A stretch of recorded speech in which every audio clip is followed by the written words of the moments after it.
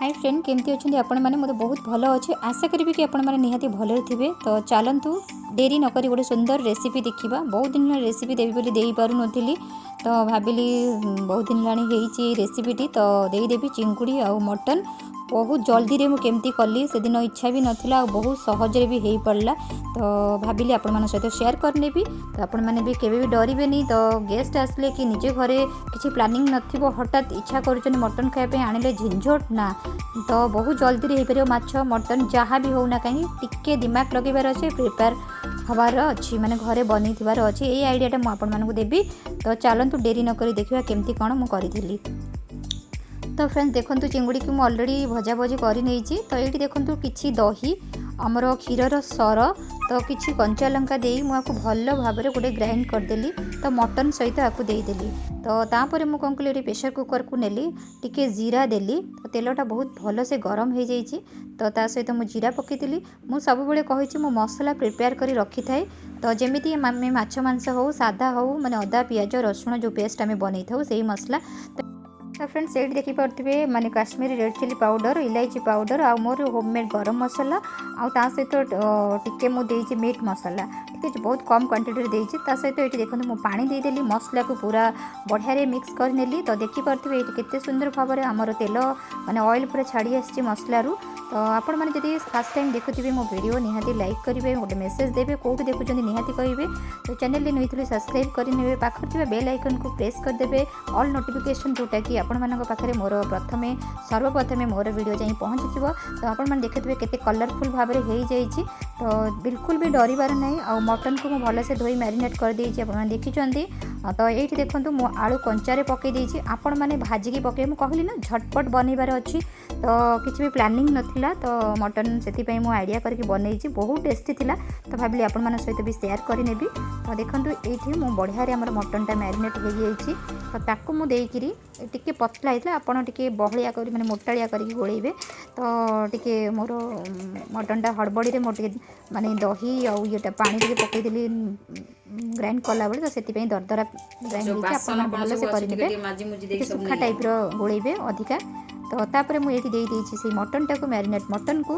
तो friends देखिपे colour आ combination तार जो मटन बहुत बढ़िया काश मुझे आर माने फ्लेवर फ्रेग्रेंस माने दे पारि थांती बहुत बढ़िया थिला। आपण माने एई प्रोसेस रे बनातु भल न लागिले मते निहाती कहिबे जेमिति आपण बनाती ताठू अधिक टेस्ट इटा हबो। तो चलतु पूरा माने बढ़िया लागिबो। तो जमीती आम रोषे कला जेहेतु फ्रेश जिनस किसी समय ठंडा है जो आसे मसलाटा जेहेतु अलरेडी आम बनी जाइए तो से तरकारी टेस्ट बहुत अधिक आसी थाए।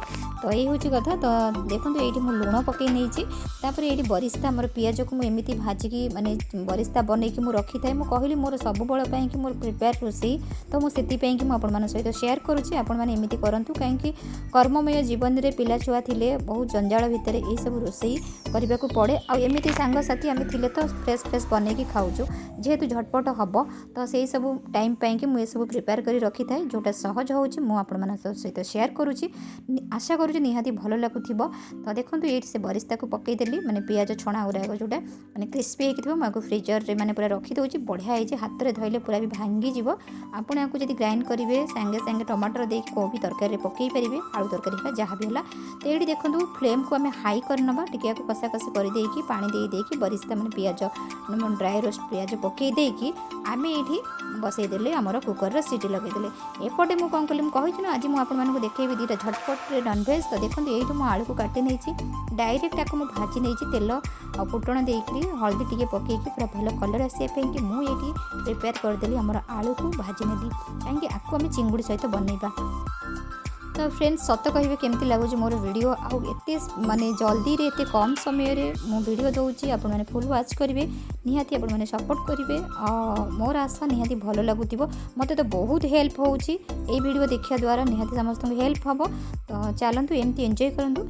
तो माछ को भी मुझे अलरेडी भाजी नहीं नॉर्मली आम जमी भाजुचे भाजी नवा ये मुझे कंचा पियाज देती आप देखिपे जिते भाजी आसले आलू अल्प हाल्कार पियाजटा को मिलदेली पियाज आमर माने जरी पार ना टी माने कंचा अंश जीव जोटा कि पियाज टिके आमर माने जस्ट टिके सॉफ्ट हो ठीक अच्छे ब्राउन हवा बिल्कुल दरकार नहीं सॉफ्ट हम जो तरकारी टेस्ट बहुत भल आसो कहली ना इनस्टांट आम सब बनाऊे ये सब जिनस देखो केते सहजरे केते कम समय आम बन पार्च।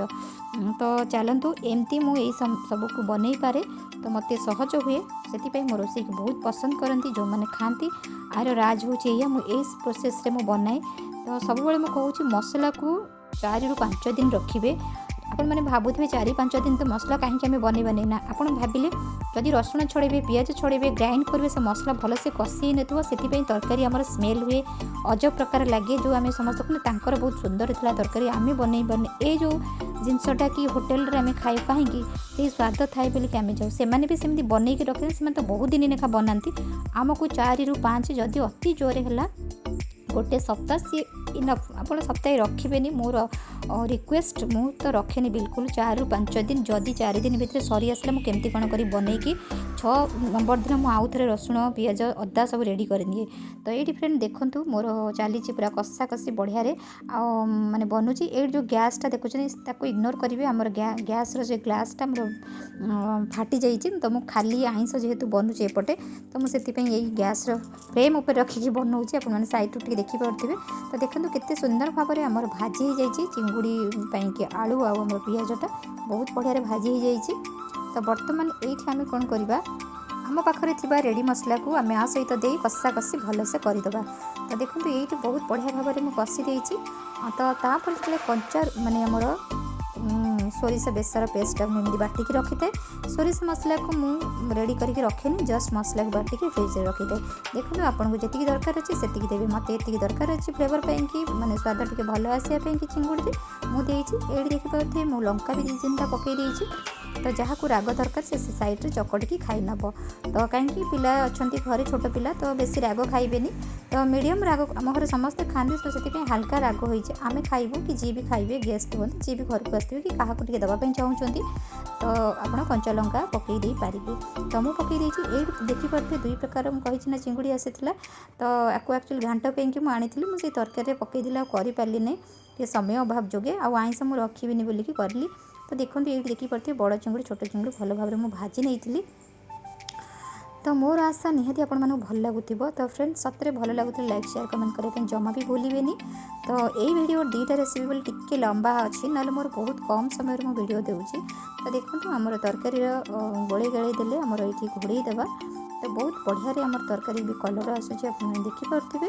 तो बर्तमान आपको आम घोड़े देवा टे फुटो भल टे झोल टे कमी आसला बेलू तो आम ए बर्तमान पकई आमर चिंगुड़ी जी भाजी रखी चिंगुड़ी के सहित देदेवा बास आउ कि ना जस्ट कभर कर नवा जितेबले सहित पूरा बांफ सहित बुलिकी जितेबले आमर तरकारीटा चिंगुड़ी सहित जूसटा मिसीज टे 2-4 फुटुणा जस्ट आसो टे तो आम ये बंद करदे।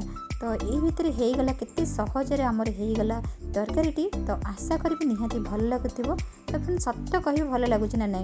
तो ये देखिपे केते सुंदर भाव में केते कलरफुल होइछि मटन आ चिंगुड़ी। तो देखो केते सहजरे आपण बनइले आपण निहाती ट्राए करंतु निहाती आधा घंटे 45 मिनट भितर हो मटन भल थिबा दरकार ना मटन सेटा जदि सिझबनी आप मते कहिबे। तो देखंतु कुकर बनै छी ये बाढ़ी नहीं आउ एते सब अच्छी।